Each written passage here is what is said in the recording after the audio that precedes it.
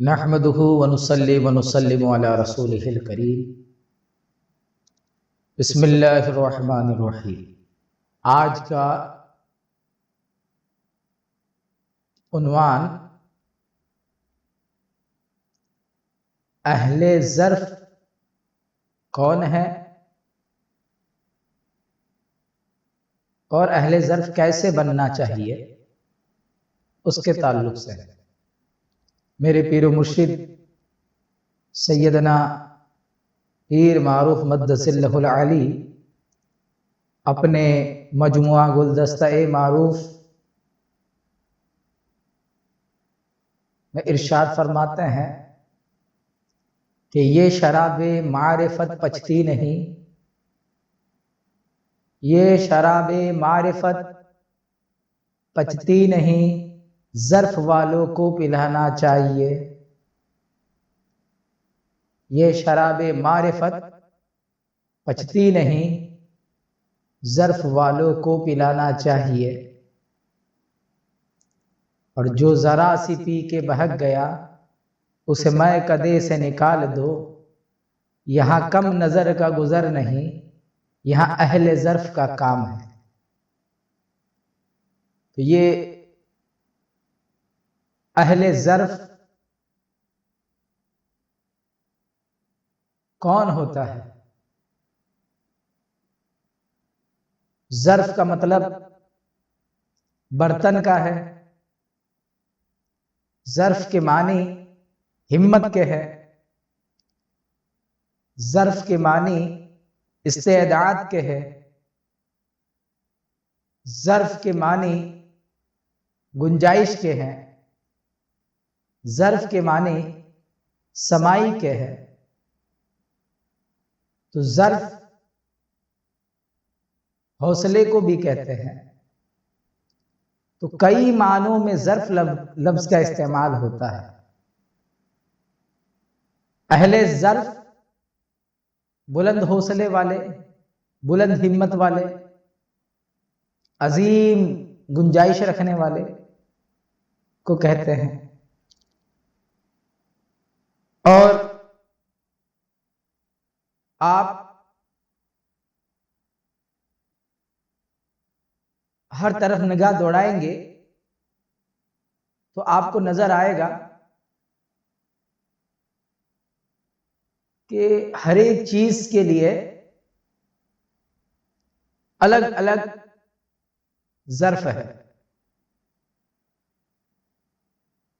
جیسے آپ کھانے پینے کے لیے آپ کے گھر میں برتن ہیں، کھانے کے ظرف الگ، کھانے پینے کی چیزوں کو رکھنے کا ظرف الگ ہے۔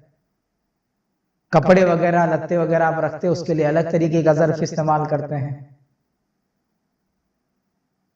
کتابوں کے لیے آپ نے ایک الگ ظرف بنا رکھا ہوتا ہے۔ تو ظرف جو ہے الگ الگ چیزوں کے لیے الگ الگ طریقے کا ظرف ہوتا ہے۔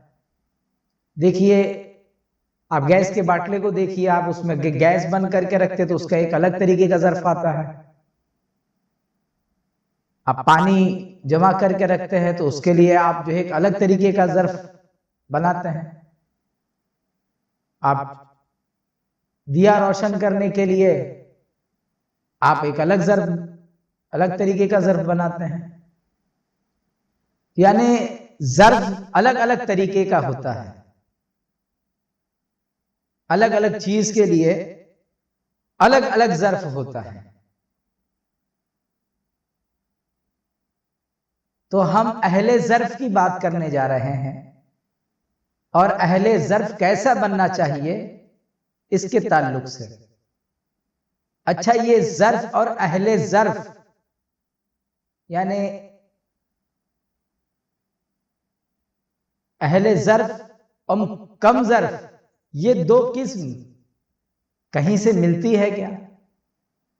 اہل ظرف ہی کو ڈھونڈنا کہ مشائخان کامل اہل ظرف کو ہی جو ہے تعلیمات خاص سے مزین کرتے ہیں، اہل ظرف کو اپنے قریب بٹھاتے ہیں، اپنے رازوں سے آگاہی عطا فرماتے ہیں۔ تو یہ جو مشائخان، یہ جو پیران اعظام، یہ مرشدین کا جو طریقہ ہے کہ وہ اہل ظرف کو دیکھتے ہیں اور اہل ظرف کو علوم اسرار، علوم عرفانی نورانی سے آگاہی بخشتے ہیں، اور جو کم ظرف ہوتا ہے وہ اس دولت کا حقدار ہی نہیں بنتا، اور مشائخین ان سے اعراض کر لیتے ہیں۔ تو یہ رسم کہاں سے چلی آ رہی ہے؟ تو یہ رسم جو ہے ایسا نہیں ہے کہ اولیاء کرام خود کرتے ہیں، بلکہ خود جو ہے قرآن کریم میں اللہ رب العزت ایک مقام پر ارشاد فرماتا ہے کہ جاہلوں سے اعراض کرو، ان سے حجت اور بحث بازی مت کرتے رہو، کیونکہ اسے سمجھ میں ہی نہیں آئے گا، وہ آپ سے یوں یوں یوں سوال کرے گا، اور وہ اس کی نظر جو ہے اگر وہ اہل ظرف نہیں ہے تو اس کے سوال کا دار و مدار صرف وقت کے ضیاع پر ہوگا، آپ کے اوپر شبہ کرنے میں ہوگا، آپ کا نقص ڈھونڈنے میں ہوگا، آپ کی عیب جوئی کرنے میں ہوگا، کیونکہ وہ اہل ظرف ہی نہیں ہے، اور آپ بولیں گے تو اس کو سمجھ میں بھی نہیں آئے گا۔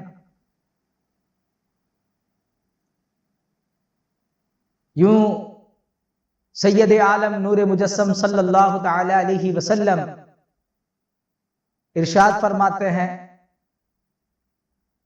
کہ نااہل کو علم عطا کرنا گویا جانور کو زیورات پہنانا ہے، اور ایک حدیث میں آتا ہے کہ نبی دو جہاں صلی اللہ علیہ وسلم ارشاد فرماتے ہیں کہ نااہل کو علم عطا کرنا گویا علم کو ضائع کرنا ہے، علم کا ضیاع ہے، علم کو برباد کرنا ہے۔ تو یہ جو اہل ظرف اور کم ظرف کی بات ہے، اس کو دیکھنے کی تعلیم جو ہے رب تعالی بھی دے رہا ہے، اور یہ دیکھ بھال کر کے دینے کی تعلیم نبی دو جہاں صلی اللہ تعالی علیہ وآلہ وسلم کی بارگاہ سے بھی جو ہے اس تعلیم کا آغاز ہے۔ شیخ عبدالحق محدث دہلوی علیہ رحمت و رضوان ارشاد فرماتے ہیں کہ معراج سے جب حضور تشریف لائے تو 3 طریقے کے علوم لے کر آئے۔ اللہ رب العزت نے ایک علوم ایسا دیا کہ جس کے حامل صرف نبی دو جہاں مصطفیٰ جان رحمت صلی اللہ علیہ وسلم تھے، اور ایک ایسا علم دیا جو حضور نبی کریم صلی اللہ علیہ وسلم کو اپنے خاص لوگوں کو عطا کرنے کا حکم دیا، اور ایک وہ علم ہے جسے عام کرنے کا حکم دیا گیا۔ اور یہ حدیث پاک جس میں فقط علم کا لفظ آیا ہے کہ نااہل کو علم دینا گویا علم کو ضائع کرنا ہے، یہ تو عام علم کی بات چل رہی ہے۔ تو پھر یہ علم معرفت جو خاص علم ہے، یہ جو علم لدنی جو خاص علم ہے، علم اسرار، علم عرفانی نورانی، یہ جو خاص علوم ہے، یہ کیسے جو ہے کم ظرف کو عطا کر دیا جائے گا؟ تو اس کے لیے اہل ظرف کو دیکھنا ضروری ہے، اور ظرف والوں کو جو ہے عطا کیا جاتا ہے۔ تو یہ جو طریقہ کار ہے، یہ اللہ نبی دونوں کا طریقہ ہے۔ اب یاد رکھیے کہ ظرف کا مطلب ہوتا ہے کہ اندر حوصلہ، ہمت، یعنی اس میں ظرفیت ہو، صلاحیت ہو۔ اب کہیں گے کس چیز کی صلاحیت؟ تو وہ بات سمجھنے کی صلاحیت ہو۔ تو ایسا نہیں ہوتا کہ کسی کے اندر کوئی صلاحیت نہیں ہوتی، ہر کسی کا ظرف الگ الگ ہوتا ہے، ہر کسی کے ظرف کا معیار الگ الگ ہوتا ہے، اور ہر کسی کو جو ہے اہل ظرف نہیں کہتے ہیں۔ یہ اہل ظرف جو ہے، جو صوفیاء کرام، بزرگان دین، اولیاء کرام کی نظر میں جو اہل ظرف ہوتا ہے وہ خاص طریقے کا ہوتا ہے۔ اب جیسے سمجھیے کہ عام مسلمانوں کو بھی قرآن شریف کی کوئی نہ کوئی آیت تو یاد ہوتی ہے، سورہ فاتحہ یاد ہوتی ہے، چاروں کل یاد ہوتے ہیں، کئی لوگوں کو تو کئی سورتیں یاد ہوتی ہیں، لیکن ہم کیا انہیں حافظ کہتے ہیں؟ جبکہ ان کو قرآن کی آیت حفظ ہے، لیکن انہیں حافظ نہیں کہتے ہیں۔ حافظ ایک خاص طریقے کے شخص کو آپ کہہ رہے ہیں کہ حافظ ہے، ورنہ یوں قرآن کی آیتیں بہت ساری سورتیں تو بہت سو کو یاد ہے، لیکن ہر کسی کو حافظ نہیں کہتے ہیں۔ اس لیے ظرف تو لوگوں کے پاس ہوتا ہے، لیکن یہ خاص طریقے کے ظرف کی بات ہو رہی ہے۔ جیسے پیسے تو سب کے پاس ہوتے ہیں، زندگی گزر بسر کرنے کے لیے پیسے کی ضرورت ہے، لیکن آپ پیسے والا ہر کسی کو نہیں کہتے، اس کے لیے آپ کے ذہن میں ایک تھوٹ بنا ہوا رہتا ہے۔ ویسے ہی کہ جسے عام طور پر جاہل کہہ دیا جاتا ہے، وہ جاہل بھی ایک دم مطلق جاہل نہیں ہوتا، اس کو بھی کہیں نہ کہیں نماز میں رکوع کیسا کرتے ہیں، سجدہ کیسے کرتے ہیں، اسلام کے 5 ارکان ہیں، کچھ نہ کچھ حدیث، کچھ نہ کچھ علم اس کو بھی ہوتا ہے، لیکن ہم اسے عالم نہیں کہتے، بلکہ عالم جو ہے ایک مخصوص پیمانے کے علم کو حاصل کرنے کو ہم جو ہے عالم کہتے ہیں، ایک مخصوص اوصاف کے جو ہے حامل کو ہم اہل علم کہتے ہیں۔ تو ویسے ہی جو اہل ضرب جو کہا جا رہا ہے، یہ چھوٹا موٹا ضرب رکھ کر کے جو ہے اپنے آپ کو اہل ضرب نہیں سمجھے۔ اہل ضرب تو وہ گئے کہ جن کے قلوب تصفیہ کے مقام کو پہنچتے ہیں، جن کے نفس تزکیہ کے مقام کو پہنچتے ہیں، اور جن کی روح میں اللہ رب العزت کی تجلیات کا ورود ہونا شروع ہوتا ہے، یہ اہل ظرف ہیں۔ تو اہل ظرف یہ خاص لوگوں کو کہتے ہیں، اولیاء کرام کی نظر میں اہل ظرف ہے کہ وہ روح جو تجلی قبول کرنے کے قابل ہو جائے، وہ قلب جو تصفیہ کے مقام کو پہنچ جائے، وہ نفس جو تزکیہ حاصل کرنے کے قابل ہو جائے، تزکیہ حاصل کرنے کے لائق ہو جائے، وہ جو علوم معرفت کو برداشت کرنے کے قابل ہو جائے، پچانے کے قابل ہو جائے، اسے اہل ظرف کہتے ہیں۔ یہ شراب معرفت پچتی نہیں، ظرف والوں کو پلانا چاہیے۔ تو ہر کسی کو اہل ظرف نہیں کہا جائے گا، ہر کوئی ظرف والا نہیں ہوگا۔ اور یہ بھی یاد رکھیے کہ اہل ظرف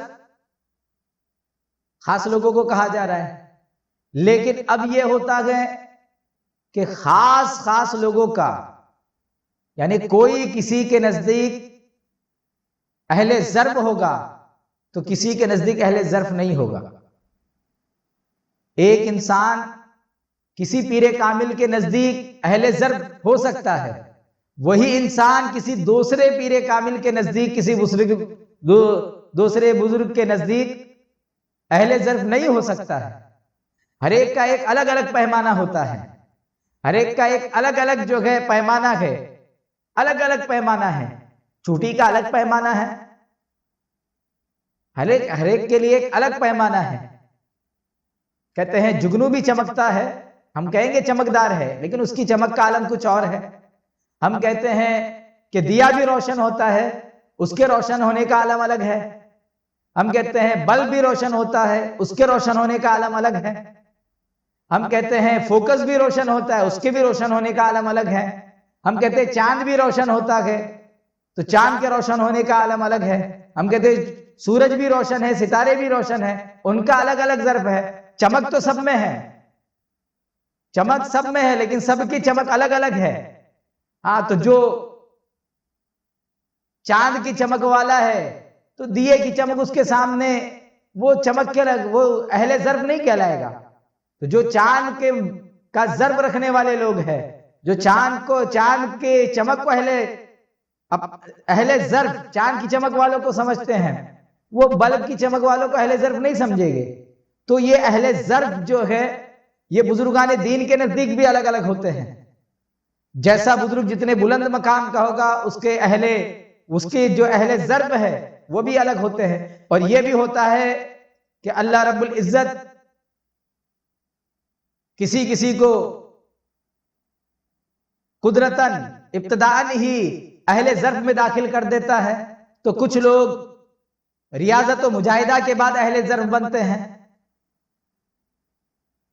تو اللہ رب العزت سب کو اہل ظرف بنائے۔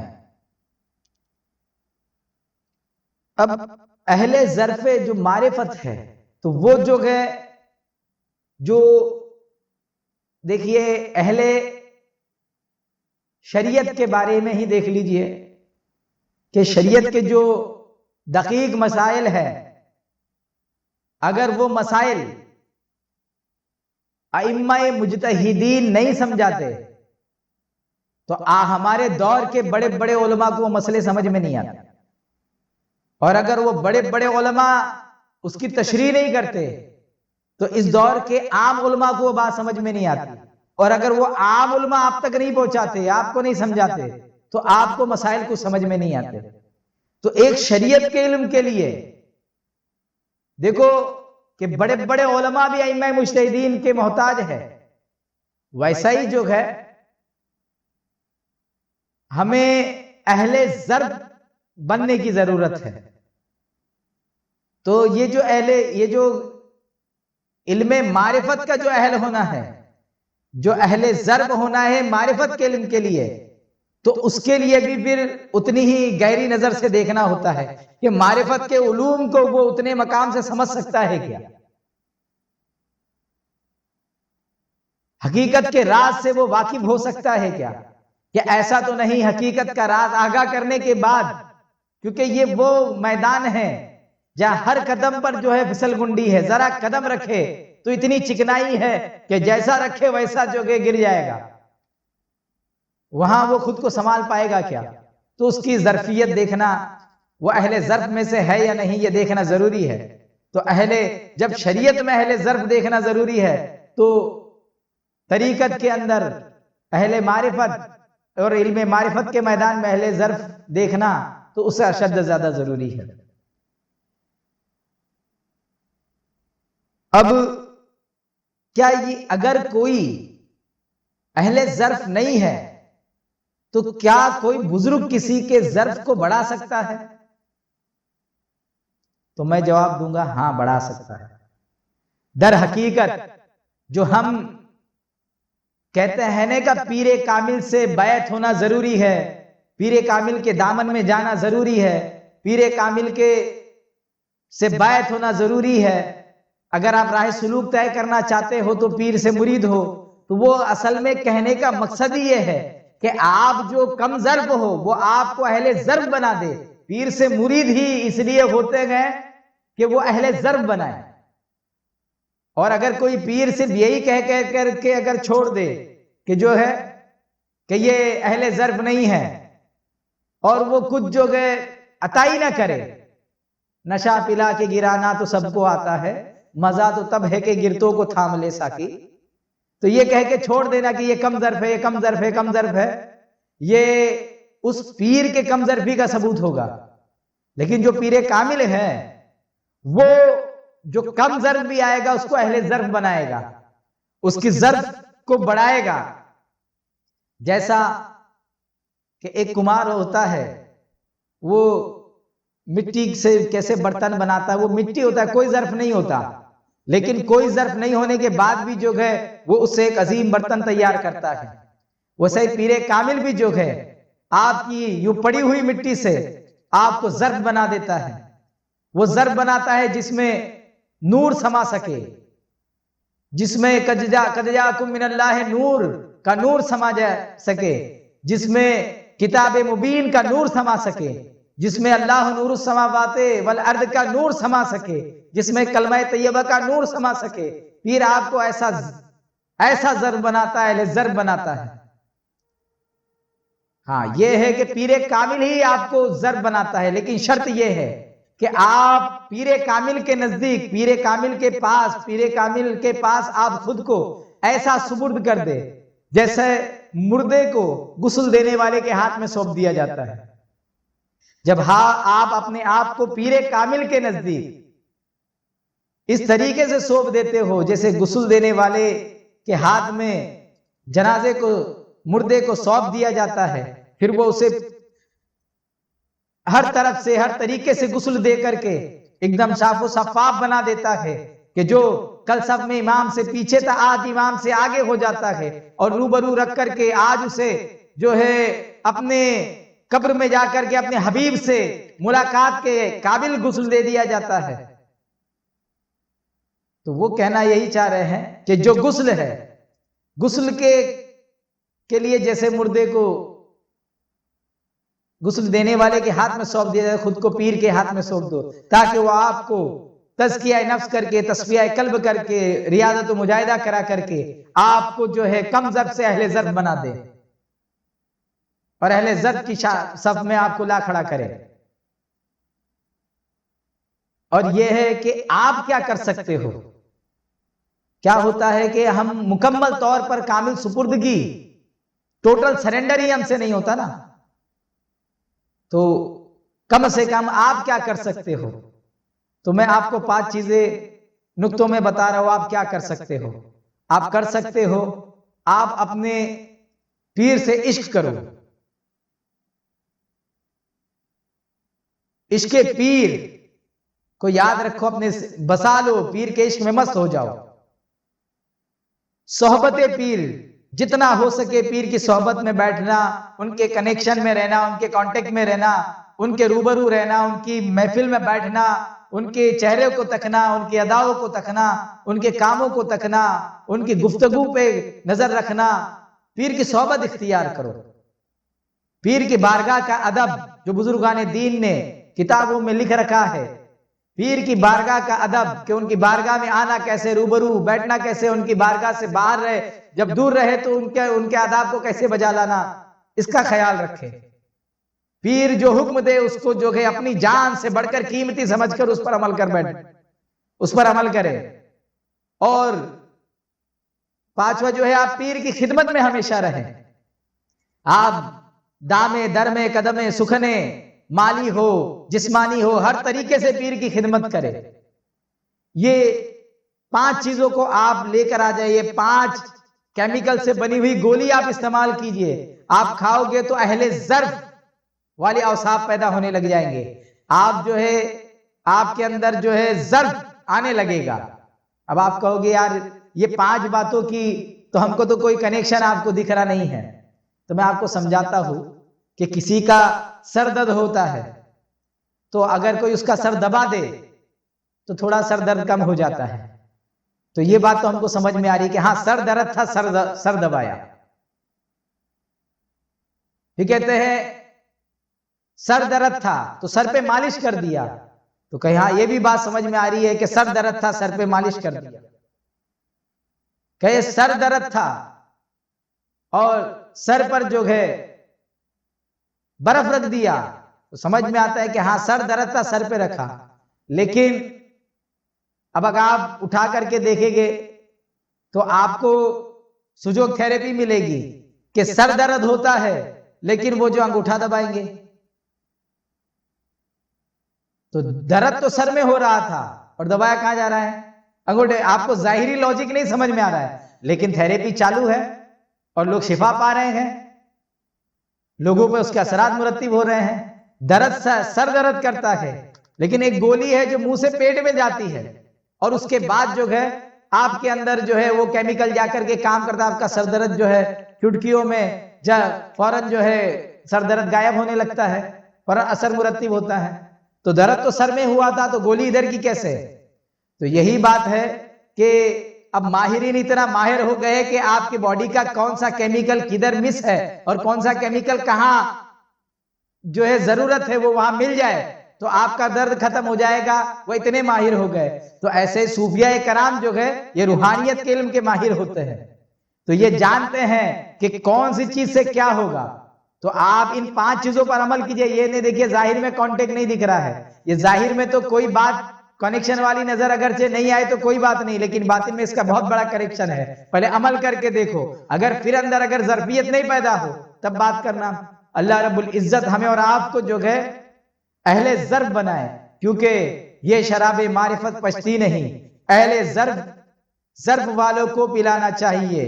اور جو ذرا سی پی کے بہک گیا اسے میں کدے سے نکال دو، یہاں کم نظر کا گزر نہیں یا اہل ظرف کا کام۔